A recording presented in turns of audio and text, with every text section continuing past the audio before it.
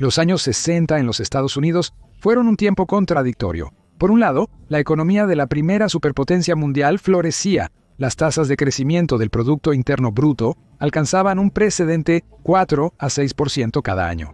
Los presidentes demócratas John Kennedy y Lyndon Johnson promovieron el advenimiento de una sociedad de bienestar general. Por otro lado, la prosperidad económica para muchos estadounidenses elevó la barra de las expectativas de cómo debería ser su país en las 2 décadas prósperas después de la Segunda Guerra Mundial. En los Estados Unidos surgió la generación del baby boom, término que se refería a la generación que creció en la abundancia, educada y crítica hacia los órdenes establecidos. La mayoría de los baby boomers compartían puntos de vista de izquierda, hasta el maoísmo y el jevorismo. Protestaron contra la Guerra Fría con la Unión Soviética, la segregación racial, la desigualdad en la distribución de ingresos, la injusticia entre hombres y mujeres y el reclutamiento obligatorio al ejército. El último problema se volvió particularmente agudo para los jóvenes con el inicio de la guerra en Vietnam. El descontento con el gobierno, los órdenes establecidos y los valores entre los jóvenes estadounidenses se intensificó con el misterioso asesinato del presidente John Kennedy en 1963. El tribunal encontró culpable al excéntrico tirador solitario Lee Harvey Oswald, lo que muchos estadounidenses consideraron una mentira. Por lo tanto, las tendencias predominantes entre los jóvenes estadounidenses en los años 60 se convirtieron en el no conformismo, el deseo de cambios rápidos y decisivos, y la esperanza en una nueva fuerza política que establecería la verdadera justicia para todos. Fue precisamente entre los adolescentes que crecieron en este ambiente donde el profesor californiano Ron Jones llevó a cabo su experimento. Jones era un joven y progresista educador que no temía hablar a los niños sobre la historia de formas inusuales. En abril de 1967, Ron Jones cumplió 26 años. Terminó la Universidad de Stanford y trabajó como profesor de historia en la ciudad californiana de Palo Alto, en la escuela Coverly, considerada avanzada, con un enfoque moderno de la enseñanza. El propio Jones se adhirió a las vistas demócratas de izquierda y se consideraba un seguidor del psicólogo humanista Carl Rogers, uno de los fundadores de la psiquiatría humanista. Los estudiantes respetaban al joven y progresista Jones. Nunca temió la innovación, llevó a la clase a invitados extremadamente ambiguos, un comunista o un miembro del Ku Klux Klan, y ellos mismos contaban a los estudiantes sobre sus ideologías. Tenía carisma y sabía involucrar en sus lecciones. Los chicos a los que Jones no enseñaba nos envidiaban. Nos enorgullecíamos de tener a un profesor así, dijo uno de sus estudiantes. El lunes 3 de abril, 1967, Jones llevó a cabo clases para los estudiantes de secundaria dedicadas a la Alemania nazi y la Segunda Guerra Mundial. El segundo año de secundaria en Estados Unidos corresponde aproximadamente al 10º grado en Rusia. Varios estudiantes se preguntaron cómo los alemanes podrían someterse a una dictadura obviamente inhumana e ignorar el exterminio masivo de personas. En vez de responder directamente, Jones invitó a la clase a un experimento semanal, sin revelar su naturaleza, prometiendo altas calificaciones a los participantes. A los que no quisieran unirse, el profesor les permitió trabajar independientemente en la biblioteca, pero sin superar el promedio. Como Jones admitió más tarde, no tenía un plan de acción claro y consecutivo. El experimentador comenzó con algo simple. Introdujo disciplina en la clase con una postura uniformemente estricta para sentarse en el escritorio y otras reglas. Ahora se les ordenaba a los estudiantes responder al maestro solo de pie, de manera concisa, y siempre dirigiéndose a él. Señor Jones. Para reforzar esto, el señor Jones hizo que el adolescente saliera y entrara varias veces en el aula con la postura correcta. Esperaba fervientemente que los estudiantes comenzaran a rebelarse y sabotear sus órdenes. La mayoría de los chicos se sometieron con evidente entusiasmo, inspirados por las lecciones sobre los beneficios de la disciplina en cualquier actividad, desde la ciencia hasta el deporte y lo militar. Para sorpresa de Jones, las medidas que consideraba absurdas y tontas solo involucraron al estudiante en el proceso educativo. Incluso aquellos que antes se sentaban en silencio en la parte trasera, ahora respondían al mismo nivel que los buenos estudiantes. Comencé a cuestionar mis ideas sobre la pedagogía. Después de todo, siempre he preferido la libertad en la clase y la máxima independencia en el aprendizaje. Pero ahora he implementado métodos autoritarios, y a la clase le gustaron, tuvieron un efecto inmediato. Al profesor le sorprendió cuánto a los adolescentes les gustaba la disciplina, el colectivismo y el poder de un líder carismático sobre ellos. El siguiente día, martes 4 de abril, Jones dedicó a inculcar a los adolescentes el nuevo valor del colectivismo. Como el primer día, se lanzó a una amplia discusión, argumentando que ningún grupo de personas logrará el éxito si sus miembros no se sienten como una sola entidad, poniendo el bien común por encima de lo individual. La audiencia recibió con entusiasmo esta tesis. Luego, Jones hizo que los estudiantes corearan en coro el lema «Fuerza a través de la disciplina, fuerza a través de la comunidad». Nombró a su grupo la Tercera Ola e introdujo un saludo especial para ellos, que recordaba vagamente al saludo nazi. El líder continuó dotando al grupo con nuevos atributos y esto solo lo hizo más popular entre los estudiantes. En el tercer día del experimento, a los 30 miembros iniciales de la ola se unieron 30 nuevos participantes. Jones encabezó una membresía fija en el movimiento e instó a los estudiantes a unirse a la tercera ola de nuevos activistas. Al final del experimento, el grupo consistía en al menos 20 personas, desde solitarios y forasteros hasta líderes escolares, matones y atletas. Jones se esforzó por hallar un rol para cada participante en la ola, desde el desarrollo de la simbología oficial hasta el registro y seguimiento de nuevos miembros. El tercer día, estudiantes de otros cursos se saltaron clases para unirse a nosotros. Al cuarto día, incluso chicos de escuelas vecinas se nos unieron.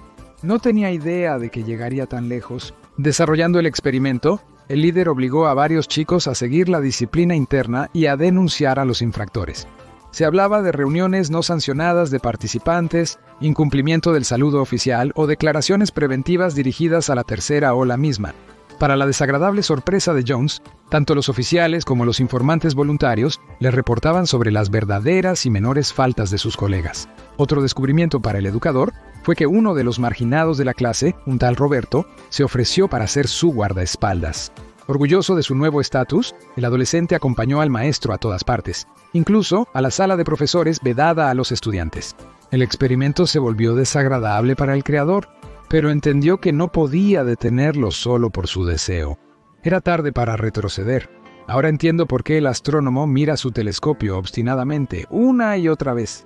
Me sumergí cada vez más en la investigación de mis propias percepciones y motivos, que impulsan acciones grupales e individuales. La mayoría de los adolescentes apoyaban abiertamente a Jones, solo 2 chicas se oponían a él. Antes de cerrar la iniciativa, Jones llevó el experimento a su clímax. El jueves, 6 de abril, en la próxima reunión de sus adeptos, desarrolló algo parecido a una ideología para la tercera ola. El profesor proclamó que la fuerza del movimiento no es solo disciplina, colectivismo y acción conjunta, sino también orgullo. Los participantes de la ola deben estar orgullosos de pertenecer a una de las células de la naciente tercera parte, alternativa a los demócratas y republicanos. Día a día, se formalizará oficialmente, desplazando a las viejas élites y dando paso a los jóvenes. El viernes 7 de abril, el líder de la tercera ola concluyó: el líder nacional de su movimiento aparecerá en televisión, el futuro candidato a la presidencia en las elecciones. Jones declaró que un nuevo orden reemplazará al individualismo y la democracia que han sobrevivido, construidos sobre una estricta disciplina. La ola cambiará el destino del pueblo estadounidense, le dará un nuevo sentido de orden y unidad. La audiencia recibió con entusiasmo esta demagogia. Las palabras de Jones cobraron relevancia al ser leídas por un estudiante. Un anuncio en el periódico con el lema «La tercera ola está llegando». Con el tácito acuerdo del maestro, los adolescentes concluyeron que este mensaje secreto probaba la fuerza de su movimiento. El líder ha respaldado sus palabras con acciones nuevamente. Nombró a varios participantes sobre los que se habían informado sus compañeros y ordenó a la seguridad sacar al disidente de la biblioteca. Jones explicó que fueron excluidos de la tercera ola por deslealtad. Los estudiantes obedecieron sin protestar la orden del director, reconociendo su autoridad. Los participantes del experimento luego admitieron que en principio le habían cedido todo a Jones. El propio profesor escribió que solo 3 amigos que se llevaban bien entre sí rechazaron abiertamente sus ideas, sin mencionar sus nombres. Limitaron notablemente sus conocimientos y marcas en el resto de la clase, pero con el inicio de la tercera ola, sus talentos ya no eran necesarios para nadie. Hancock más tarde nombró a 2 de ellos, Ellis Hess y Sherry Tousley. Ambos intentaron sabotear la reunión del viernes por la tarde con una vista general de la presentación del líder. Pero los intentos de las chicas no tuvieron éxito, ya que la mayoría de la clase apoyaba firmemente a Jones y las reglas que había establecido. En una semana, el experimento de Jones tomó vida propia, saliendo de los límites establecidos por su creador. Los rumores sobre la tercera ola llegaron tanto a los padres de los estudiantes como a otros educadores. Jones tuvo que explicarse al menos 2 veces con los padres de 2 estudiantes. En el primer caso fue Rabi, en el segundo, un piloto militar que había pasado por el cautiverio alemán durante la Segunda Guerra Mundial. En ambas ocasiones, el líder de la ola logró explicar que solo se trataba de estudiar historia, no de crear un nuevo partido con tintes autoritarios. Para evitar consecuencias desagradables y para la pureza del experimento científico, Jones se distanció deliberadamente de la retórica racista y chauvinista. Los colegas de Jones no tuvieron ninguna queja. El director de la escuela, una vez, al encontrarlo en el pasillo, lo saludó con una sonrisa y un apretón de manos. El viernes, la breve historia del movimiento terminó. Jones reunió a varios miembros del grupo en la sala de actos y encendió el televisor, pero solo hubo estática blanca en la pantalla durante varios minutos. Luego, el proyector mostró a los estudiantes perplejos una crónica del Tercer Reich con escenas militares, campos de concentración y el juicio de Nuremberg. El profesor explicó a los estudiantes de último año que ahora, a través de su ejemplo, entendieron cómo funciona la dictadura de la política, inculcando a las personas la creencia en su absoluta rectitud. La única justicia, solo sus ideas, liberan a los seguidores del pensamiento crítico. No hay viento. No existe ningún movimiento juvenil de comunicación llamado Tercera Ola. Te utilizaron, manipularon contigo, alimentaron tus propias ambiciones y terminaste aquí. No eres mejor ni peor que los alemanes bajo los nazis que hemos estudiado. Tiempo después, los alumnos evocaron que varios de sus compañeros recibieron la novedad con una sonrisa. Decían que sabíamos que todo esto no era real. La mayoría no ocultó su decepción. Algunos, como el guardia Robert, lloraron. Jones tocó uno de los nervios ocultos de la historia del Tercer Reich. En los años 30, la mayoría de los profesores en Alemania dieron la bienvenida al ascenso al poder de Adolf Hitler. En 1935, alrededor del 4% de los miembros del partido nazi eran precisamente maestros de escuela. Y entre los trabajadores asalariados en las filas del partido nazi, la mayoría eran alrededor del 25%. Bajo los nazis, las escuelas fueron cimiento de la dictadura, fomentando denuncias por cualquier disidencia, incluso bromas inocentes. Se suprimía la individualidad de los estudiantes, forzándolos a participar en entrenamiento militar, perjudicando el programa educativo. En 1935, en el Congreso del Partido en Nuremberg, Hitler personalmente declaró que el niño alemán del futuro debe ser rápido como un galgo, resistente como el cuero y duro como el acero. Algún día, los nazis producirán un nuevo tipo de hombre, disciplinado, resistente y saludable hasta la médula. La enseñanza de muchas materias tomó un carácter ideológico. En las clases de historia, se inculcó a los niños que Alemania es el estado más grande de la historia de Europa y del mundo. En biología, se recordaba la hostilidad natural de los judíos hacia los arios. En geografía, que las fronteras del Estado alemán deben coincidir con el territorio del pueblo alemán. Es interesante que el experimento arriesgado no afectó la carrera de Jones. Pero en 1970, la escuela de Caberly no renovó su contrato por otras razones. Se hablaron de las posturas políticas y sociales del educador.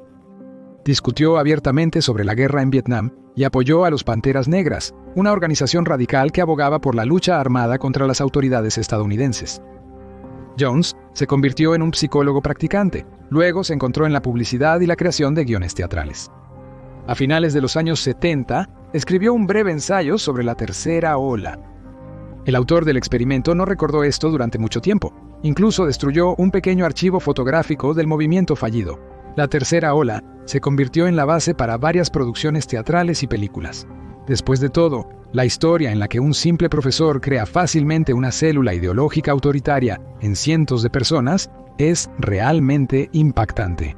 Deja tu opinión sobre este experimento en los comentarios y puntúa el episodio, para ser justos y entender que no fue en vano. Hasta el próximo encuentro en el canal.